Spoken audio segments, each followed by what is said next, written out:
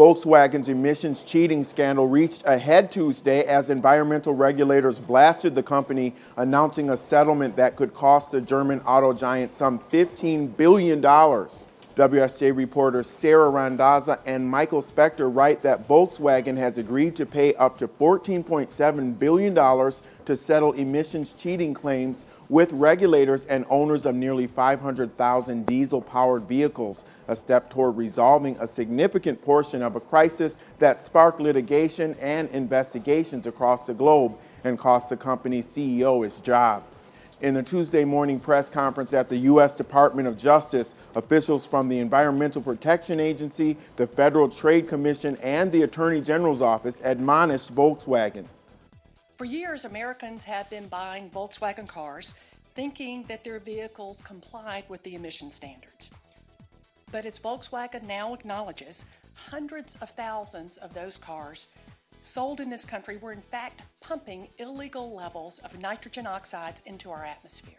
Under the settlement terms, U.S. Volkswagen owners can either sell back or terminate leases of affected vehicles or get them fixed to become compliant. All consumers, regardless of their choice, will receive additional compensation of between $5,100 and $10,000 each. The deal affects 482,000 diesel-powered vehicles with model years between 2009 and 2015, including Jettas, Passats, Beetles, Golfs, and Audi A3s. The total payout, detailed in hundreds of pages of settlement documents, includes up to about $10 billion to cover legal claims from owners of affected vehicles with 2-liter diesel engines. Volkswagen will also pay $2.7 billion for an environmental mediation fund and another $2 billion to be invested in promoting so-called zero-emission vehicle technology, court documents show. Regulators said in September that Volkswagen knew it was using illegal software that allowed vehicles to dupe government emissions tests. Volkswagen has set aside more than $18 billion to deal with the fallout.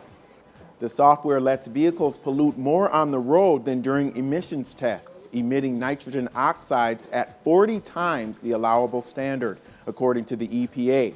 Chief Executive Martin Winterkorn resigned soon after the revelations.